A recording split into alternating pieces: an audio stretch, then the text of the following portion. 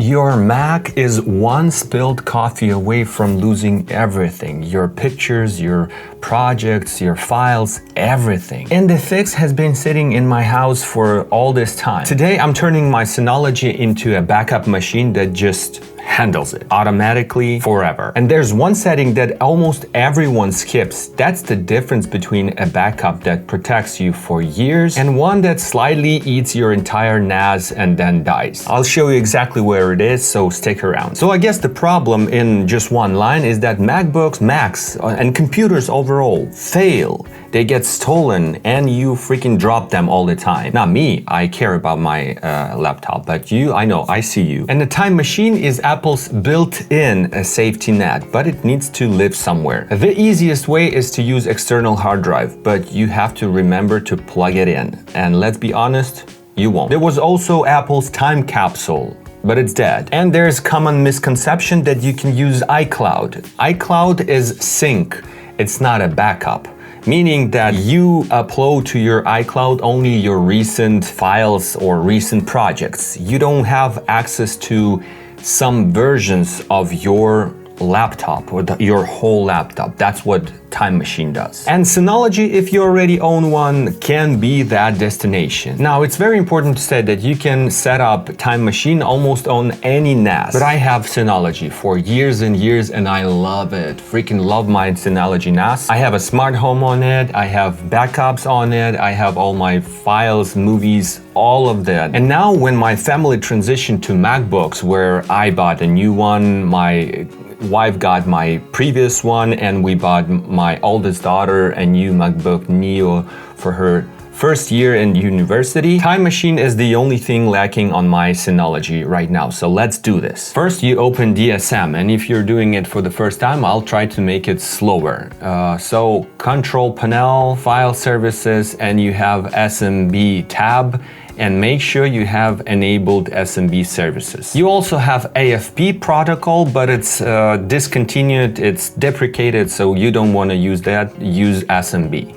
Enable SMB, that's it. Then you go to advanced and you look for enable Bonjour services, discover to locate Synology NAS. And then you also check enable Bonjour Time Machine broadcast via SMB. This is what we need. This is essentially what makes it this NAS discoverable for Apple's ecosystem when you set up Time Machine on your MacBook. You just close it, save it, and you hit OK. Second part is that you have to create a separate, a dedicated user for Time Machine. And if you're new to all this stuff, I'll try to explain. So if I'm as a human want to access my NAS, network attached storage, my server via network, from my MacBook, I will use my, let's call it a human user, which is username and password. This is dedicated for me personally when I want to access like via Finder or just go there as a just separate folder. And if you have multiple people in your family and you want to give different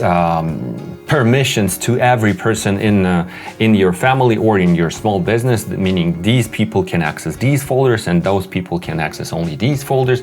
This is what you do when you set up different users and their permissions. But also you have what I call a technical user, where you create a dedicated user not for humans but for machines to talk to each other. And you definitely want to restrict these users as well. So for my MacBook to automatically talk to my NAS, it needs a dedicated user. That's what we're gonna create right now. We again go to Control Panel, Users and Groups, and we create user.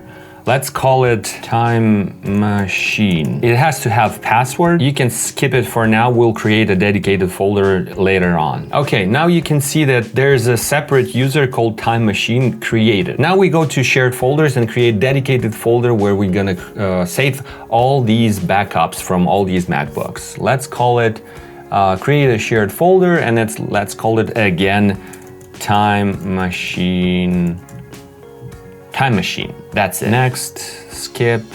We can change all these settings later. Now, this is important. We give a local user called Time Machine access to read and write to this folder. This is the most important part. on this stage where you created a user, you created a folder, and you give necessary permissions. Apply. Now this user can talk and read and write to this folder. Now, one setting that I mentioned in the beginning that everyone's missing is called quota. It is very important to set up a quota for your time machine to fill your NAS, because otherwise the system will automatically back up your MacBooks to your NAS with no limits. You know, it will just keep filling your NAS until it's all full. Now, the rule of thumb is that if you have, for example, Mac, as I have, for 1 terabyte, you should ultimately dedicate 3 terabytes. So 3x, just think about an amount that you want to keep on your NAS should be 3x your existing Mac. Now we have to set up Time Machine on your Mac. System settings, you go to General and you scroll all the way down to Time Machine. Now, if you did everything correctly, if you hit Add Backup Disk, you should see this dedicated folder that you created. There you go, Time Machine on smarthome.local, which is my Synology NAS. Perfect. Set up this. Now it asks you for a dedicated user. You see that it's trying to connect via my human user, but I have a different one for Time Machine, which is. So now you put in username and password for this dedicated user that you created specifically for Time Machine, and you hit connect. I personally recommend to hit this Encrypt backup just for one reason. If anyone get access to your NAS, they will be able to download your backup and easily install it on any Mac and basically have a recent copy of your Mac. So if you don't want to do that, just hit Encrypt backup. That way, there's no way anybody gonna get access to your data. A disk usage limit, you don't do anything because we already set up the quota on DSM. Done. Oh, okay, hold on. We need to set up a password. Now the last thing you had to do is to enter the password, and there you go. Time Machine, 3.3 terabytes available, encrypted, waiting to backup. Next backup in 44 seconds. So I guess I'll see you in 6 hours. Oh my God, yeah, the first one takes very long, especially if you're on Wi-Fi. I'm gonna probably connect via cable right now, but 6 hours, yeah, something like that. So you better put it overnight or something. And then let's get back to this in 6 hours. 3, 2, 1, 6 hours passed. Obviously, it was 2 days or 3 days when I was able to come back to this video, but backup is ready. So what you do after that is that you go to Time and you'll see Time Machine. To briefly show you how it works, I have a folder called June 28 that I created yesterday. These are the pictures from church where I volunteered this Sunday. But if you go backwards, it's yesterday still in the morning backup. But if you go to a different day, you don't have that folder. So you can go to any folder and see different time stamps, right? Different time snapshots of your whole PC from your whole laptop from different times. This is crazy. For example, you go to, I don't know, this folder and you go to, you see, I have all these folders, but Sunday night I made a backup and I moved all these folders to my NAS and only have these.